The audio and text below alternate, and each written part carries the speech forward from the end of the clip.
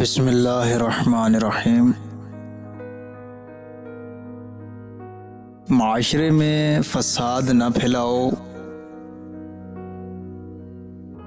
قناعت یہ ہے کہ جو رزق تجھے ملے اس پر راضی رہ۔ کسی ایسے شخص کی رائے جو علم و حکمت میں تیرے برابر ہو تیرے لیے تجھ سے اچھی ہوگی، کیونکہ وہ تیری ہوا کے نفس سے عادی ہے۔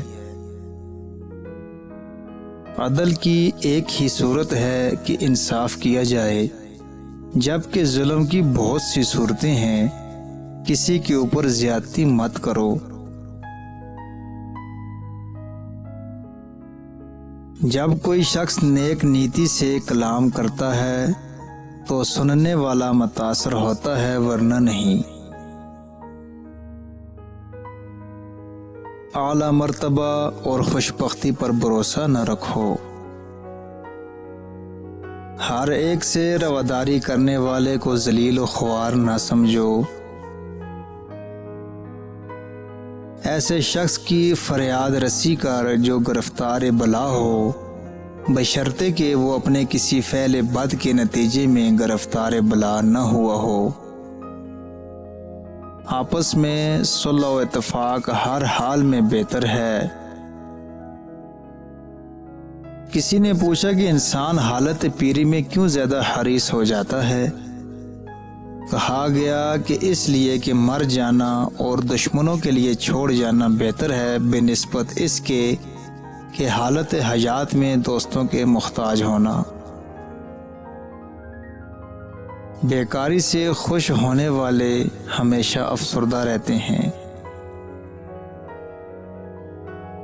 دنیا کو چوروں کی کمینگاہ تصور کر کے ہوشیاری اور آگاہی کے ساتھ زندگی بسر کرنا۔ دنیا میں تو اپنے بچھڑے ہوئے لوگوں سے نہیں بلکہ عقبہ میں ملے گا۔ مرد کا امتحان عورت ہے اور عورت کا امتحان روپے پیسے سے ہوتا ہے۔ جو ایماندار نہیں اس کو زندہ رہنے کا قطعی حق نہیں ہے، وہ زندگی میں ہی مردے کی طرح ہے۔ احساس برتری بہت گھٹیا کام ہے اور قابل مذمت بھی۔ بوڑھے لوگوں کو تحصیل علم سے گریز اور شرم نہیں کرنا چاہیے، کیونکہ آخری عمر میں بوڑھے لوگ اوائل عمری سے بڑھ کر عالم بن سکتے ہیں۔ دوستی میں شبہ زہر ہے۔